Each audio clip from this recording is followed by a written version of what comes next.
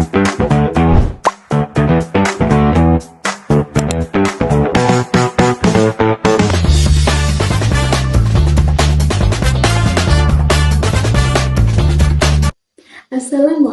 warahmatullahi wabarakatuh. Perkenalkan, nama saya Reva Susbiani dengan NPM A1I 024072. Saya berasal dari kelas 4B. Di sini saya membuat tugas video mata kuliah model pembelajaran inovatif. Saya membuat video ini sebagai tugas ujian tengah semester saya yang diampu oleh Ibu Dwi Winasari MPD.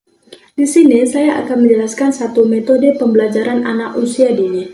Adapun beberapa metode pembelajaran tersebut yaitu yang pertama, metode pembelajaran PJBL, yang kedua, STEAM, yang ketiga, inquiry, dan yang keempat, eksperimen, yang kelima, demonstrasi, yang keenam, discovery, yang ketujuh, cooperative learning. Nah, dari beberapa metode tersebut, saya memilih menjelaskan metode inquiry, yang dimana metode pembelajaran inquiry ini adalah rangkaian kegiatan pembelajaran yang menekankan pada proses berpikir kritis dan analitis untuk mencari dan menemukan sendiri jawaban dari suatu masalah yang dipertanyakan. Dalam metode ini, peran mengajar bergeser dari pemberi informasi menjadi fasilitator pembimbingan. Fokus utamanya bukan hanya pada seberapa banyak informasi yang dihafal, melainkan pada bagaimana proses informasi tersebut ditemukan oleh anak. Selanjutnya, dari metode inquiry ini memiliki beberapa ciri utama. Nah, ciri utama metode inquiry ini yang pertama, berpusat pada siswa. Siswa menjadi subjek belajar yang aktif mencari informasi. Yang kedua, membangkitkan rasa ingin tahu. Pembelajaran dimulai dengan pertanyaan atau fenomena yang memancing penasaran anak. Yang ketiga, proses berpikir logis, menekankan pada pengembangan keterampilan intelektual dan penggunaan logika. Yang keempat, berbasis bukti. Jawaban yang ditemukan harus berdasarkan data atau observasi yang nyata. Nah, inquiry juga memiliki jenis-jenis. Nah, adapun jenis-jenis inquiry itu yang pertama, inquiry terbimbing, yaitu guru masih memberikan bimbingan cukup besar dalam membentuk pertanyaan pengarah atau petunjuk langkah-langkah penelitian. Cocok untuk siswa yang baru mengenal metode ini. Yang kedua, inquiry bebas. Nah, siswa menentukan sendiri masalahnya, cara penyelidikannya, hingga kesimpulannya. Guru hanya sebagai pengamat dan narasumber jika dibutuhkan oleh anak. Yang ketiga, inquiry terstruktur. Guru memberikan masalah atau prosedur atau langkah-langkah, namun siswa yang harus menentukan hasilnya sendiri. Menurut saya, kelebihan dari metode inquiry ini yang pertama, dapat membentuk karakter mandiri dan percaya diri pada siswa. Yang kedua, pemahaman konsep menjadi lebih mendalam dan tahan lama karena ditemukan sendiri. Yang ketiga, melatih keterampilan berpikir, tingkatnya lebih tinggi. Yang keempat, sangat efektif jika dipandukan dengan penggunaan media nyata atau bahan-bahan alam yang ada di lingkungan sekitarnya.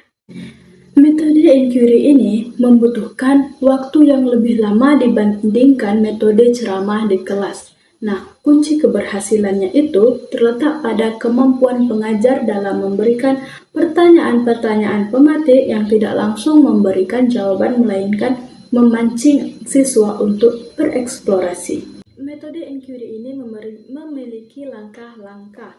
Nah, langkah-langkah pembelajaran inquiry secara umum, proses inquiry ini memiliki tahapan sistematis, yaitu sebagai berikut. Yang pertama, orientasi. Nah, guru mengondisikan suasana belajar dan memberikan rangsangan berupa masalah yang menantang buat anak.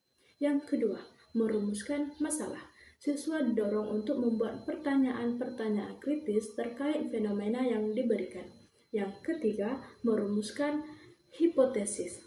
Siswa membuat jawaban sementara atas pertanyaan yang mereka buat. Yang keempat, mengumpulkan data. Nah, siswa melakukan eksperimen, observasi, atau literasi untuk memancing informasi pendukung. Yang kelima, menguji hipotesis.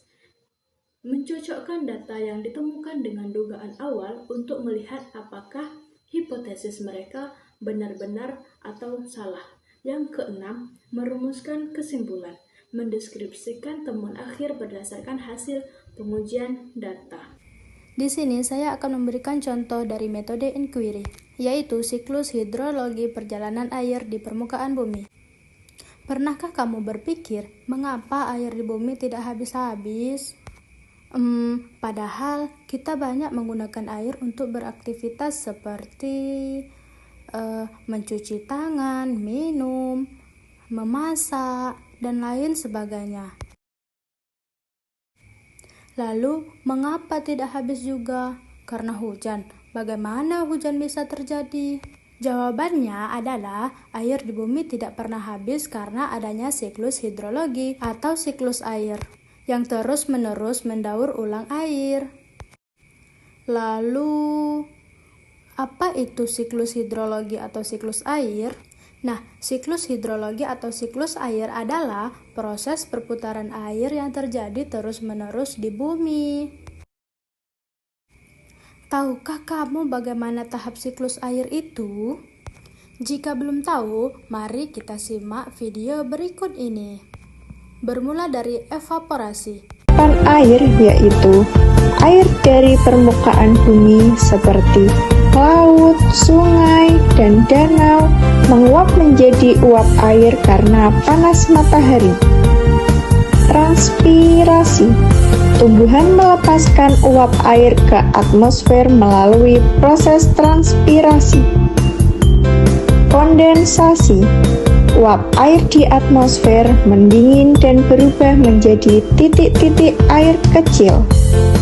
Presipitasi atau hujan, yaitu titik-titik air di awan bergabung dan jatuh ke bumi sebagai hujan salju atau hujan es. Infiltrasi. Sebagian air hujan meresap ke dalam tanah dan menjadi air tanah. Yang terakhir yaitu runoff atau limpasan, yaitu sebagian air hujan mengalir di permukaan bumi dan kembali ke sungai, danau, atau laut. Faktor-faktor yang mempengaruhi siklus hidrologi yaitu energi matahari, suhu, keberadaan tumbuhan, dan gravitasi. Siklus hidrologi memastikan bahwa jumlah air di bumi tetap konstan. Air terus-menerus didaur ulang melalui proses-proses tersebut, sehingga tidak pernah benar-benar hilang. Meskipun air dapat berpindah dari satu tempat ke tempat lain, jumlah totalnya tetap sama. Nah, dari video ini sudah paham kan apa yang dimaksud dengan siklus air? Melalui siklus air, kita tahu tentang perjalanan air menuju permukaan bumi.